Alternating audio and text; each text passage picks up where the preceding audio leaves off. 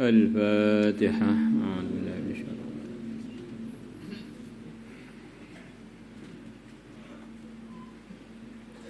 Bismillahirrahmanirrahim. Wa an Abi Darda radhiyallahu anhu qala, beliau mengatakan, sami'tu, aku telah mendengar, Abul Qasim sallallahu alaihi wasallam yaqulu, beliau bersabda, innallaha, sesungguhnya Allah qala, telah berfirman, ya Isa, wahai Isa, inni, sesungguhnya aku, ba'ithun min ba'dika ummatan, aku akan mengutus selepasmu satu umat, in asabahum ma yuhibbuna hamidu, kalau mengenai mereka perkara yang mereka menyenanginya, mereka mencintainya, menyukainya, hamidu, maka mereka muji-muji Allah. Wa in asabahum ma yakrahuna ihtasabu wa sabaru, dan kalau mengenai mereka perkara yang mereka tidak menyukainya, ihtasabu, maka mereka berharap pahala, wa sabaru, dan mereka sabar, wala hilma wala ilma, sedangkan mereka enggak punya sifat aris dan tidak punya ilmu. Ini orang itu bisa punya sikap-sikap mulia tadi, terutama yang dimaksud adalah ihtisab, dapat musibah malah berharap pahala, sabar. Ini mestinya orang ini harus punya dua sifat minimal, yaitu sifat hilm, tidak gampang terpancing oleh emosinya. Halim itu prakteknya itu kurang lebihnya itu, andaikan ada orang dolim datang pada orang yang halim, dia ditempeleng tanpa salah, dia tidak emosi, malah dia akan bilang pada yang nempeleng, silahkan, nempelengnya kurang rata, yang ini belum. Itu katanya halim itu begitu, itu ungkapannya sebagian ulama. Yang kedua, punya sifat sabar, punya ilmu lah. Yang kedua, punya ilmu. Mereka tidak punya sifat tidak terpancing emosi, dan juga tidak punya ilmu, tapi bisa mempraktekkan dua sikap yang begitu mulia tadi, ihtisab dan sabar. Maka sebelum diteruskan keterangannya, ini kata sebagian ulama, ini masuk dalam manaqibnya umat Muhammad. Di sebagian umat Muhammad itu diberi oleh Allah ilham-ilham untuk bersikap yang sesuai, padahal dia belum mempelajari perkara tersebut. Kenapa? Karena dia telah mengamalkan sebagian apa yang telah dia tahu. Man amila bima alima, 'allamahullahu ilma ma lam ya'lam. Ini dirahasianya sebenarnya di sini ini. Jadi apa yang dia telah tahu, dia praktekkan, akhirnya walaupun dia ini punya kekurangan-kekurangan, Allah bimbing dia untuk bisa bersikap yang benar, padahal dia belum sampai pelajarannya pada ilmu tersebut sebetulnya. Padahal seharusnya dia ini belum mendapatkan sifat aris tadi, tidak terpancing emosi. Tapi begitu ada ujian, dia lulus, bisa tidak terpancing dengan emosi. Orang itu kalau terpancing dengan emosi bisa akhirnya nggak stabil, jadi marah-marah, apa itu balas dendam, atau bisa ngedrop sampai dia ini jadi nggak semangat amal. Jadi tidak selalu orang terpancing dengan emosi itu selalu berani ngelawan. Itu kalau orangnya merasa jagoan, merasa lebih kekar, mungkin berani. Tapi kalau enggak, terpancing dengan emosi, marah, enggak bisa melampiaskan, akhirnya ngedrop, wes kapok, enggak siap lagi untuk berbuat kebaikan-kebaikan yang dia sedang diuji dalam berbuat kebaikan tersebut. mondok ada ujian karena terpancing emosi, ada yang ngelawan pengurusnya. Ada yang terpancing emosi, tersinggung, wis mulai pokoknya. Qal Nabi Isa mengatakan, ya Rabbi wahai Tuhanku, kaifa yakunu hadza, bagaimana ini bisa terjadi? Mereka punya sifat-sifat yang mulia tadi. Wala hilma wala ilma, sedangkan mereka tidak punya sifat aris dan tidak punya ilmu mengenai itu. Qal Allah berfirman, u'tihim min hilmi wa ilmi, aku akan berikan kepada mereka dari sifat arisku dan ilmuku.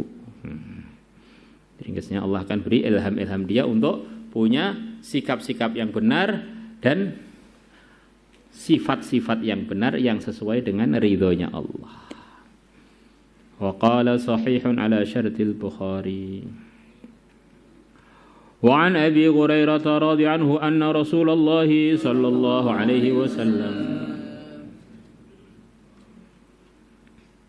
may yuridillahu bihi khaira, barang siapa Allah menginginkan kepadanya kebaikan, yusib minhu, maka Allah yusib minhu, maka Allah akan menguji minhu darinya. Di yusib minhu, kalau diterjemah bebas yusib, maka Allah akan menguji minhu, mengujinya. Jadi orang itu kalau didatangi ujian itu harus husnudzon. Ini yang datangkan adalah ahkamul hakimin, zat yang paling tepat di dalam menempatkan perkara. Jadi saya ini diuji oleh Allah pasti baik. Maka bagaimana saya bisa menyikapi ujian ini dengan sikap-sikap yang diridhai oleh Allah. Diberi ujian berarti akan diberi anugerah. Diberi ujian berarti akan diberi macam-macam keutamaan. Akan diberi kelulusan. Maka Nabi dalam hadis yang akan datang mengatakan bahwa orang yang akan paling banyak diuji adalah para anbiya, karena beliau-beliau ini adalah orang yang memang pantas untuk diuji. Ujiannya tambah banyak, anugerahnya tambah banyak karena lulus terus. Ujian Quran lulus, ini umpama bahasanya santri. Ujian Quran lulus, ujian tajwid lulus, ujian baca tulis lulus, ujian baca kitab lulus, ujian hafalan minhaj lulus, ujian hafalan Bukhari lulus, ujian hafalan Bulughul Maram lulus, ujian Furusiyah lulus, ujian apalagi Asma lulus, ujian nikah lulus. Umpamanya begitu itu. Oh, berarti anak ini memang banyak prestasinya. Maka kalau orang nggak pernah mengikuti ujian, berarti memang dia ini nggak ada harganya gitu loh. Jadi jangan dipahami negatif. Wah, saya jadi orang soleh berat, nanti ujiannya banyak. Bukan berarti kalau orang toleh itu nggak ada ujiannya, dia sudah nggak lulus terus masalahnya, sudah nggak dibicarakan. Hidupnya itu sudah ngawur, jadi nggak perlu diuji-uji lagi karena sudah terjerumus di dalam ketidaklulusan itu. Seperti orang yang sudah nggak pernah ada pikiran ngapalkan Quran, ya dia nggak akan ditanya hafal berapa juz, nggak akan ditanya kubro apa sugro, nggak akan ditanya apa itu kesalahannya berapa, nggak akan ditanya. Memang dia ini sama sekali nggak nyembung dengan namanya bidang ngapalkan Quran. Lalu juga orang yang sudah batil hidupnya itu memang sudah nggak lulus terus, nggak pernah ikut. Akhirnya dia ini tinggal nunggu panggilan untuk jadi penduduk neraka gitu aja. Dan kadang-kadang orang itu ceramah itu terpotong. Kita ini harus siap diuji. Orang kalau mengamalkan agama akan datang ujian-ujian berat. Itu ceramah yang sepotong. Tambah berat ujiannya, tambah besar nusratullahnya. Tambah berat ujiannya akan tambah hebat prestasinya. Maka itulah yang dipahami oleh banyak ulama. Nabi ceritakan bahwa umatnya di akhir-akhir menjelang munculnya Mahdi, munculnya Dajjal, munculnya Nabi Isa akan ada ujian-ujian besar. Maka orang-orang yang negatif thinking, pikirannya itu negatif, terus suudzon, terus wah ini sudah zaman edan, zaman akhir, banyak kerusakan, kalau nggak ikut edan nggak dapat bagian, saya tak edan aja. Jadi orang yang husnudzon, masya Allah, ujian besar begitu banyak datang pada umat akhir zaman, berarti akan bermunculan orang-orang hebat di akhir zaman ini. Akan muncul wali-wali besar di akhir zaman ini. Itulah yang disabdakan Nabi, la yalqayanna ibnu Maryama rijalan hum mithlukum aw khairun minkum.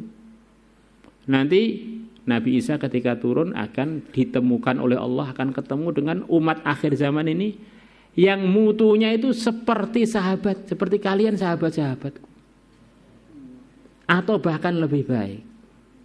Kalau lebih baik gimana kata sebagian ulama? Karena dilihat dari sisi beliau-beliaunya ini nggak pernah ketemu dengan Nabi langsung, tapi punya yakin dan amal yang mirip-mirip dengan para sahabat.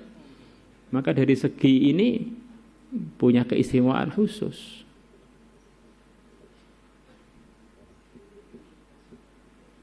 Nanti akan ada tingkatan hebatnya sebagian umat akhir zaman ini mengalahkan satu negeri besar, negerinya orang kafir, tidak dengan senjata, cukup dengan teriakan zikrullah. Jadi zikirnya itu sudah melebihi bom nuklir. La ilaha illallah wallahu akbar, separuh negeri langsung tenggelam. Pak, kok ngapain kok nggak tenggelam langsung semuanya? Oh, ada hikmahnya, kata sebagian ulama. Ini kalau tenggelam semuanya dikira hanya gempa bumi biasa. Kebetulan ini pas mereka zikir akhirnya tenggelam semuanya. Tapi karena tenggelamnya nggak semuanya, begitu zikir kedua tenggelam yang kedua. Oh, berarti memang sebab kena serangan zikrullah tadi. La ilaha illallah wallahu akbar. Ini di akhir zaman itu. Wali itu kan zaman wali songo, zaman sekarang yang ada wali murid, Pak. Ya, wali murid ya ada, waliullah terus ada. Orang itu yang semangat gitu loh. Orang itu kalau nggak semangat dalam menggapai prestasi kebaikan itu sebetulnya menunjukkan lemahnya iman dia. Zaman telah lalu, zaman sekarang yang akan datang yang berkuasa tetap, yaitu Allah. Kalau Allah sudah pilih kita, siapa yang bisa menghalangi? Jadi sebetulnya orang gampang putus asa, gampang mutungan, itu sebabnya adalah karena yakinnya kepada Allah itu lemah. Kalau dia tahu Allah Maha Kuasa dan dia ini nggak bisa apa-apa yang bisa Allah, ngapain putus asa? Ngapain loyo? Kalau Allah sudah tolong saya, sudah beres semua. Maulaya salli wa sallim daiman abada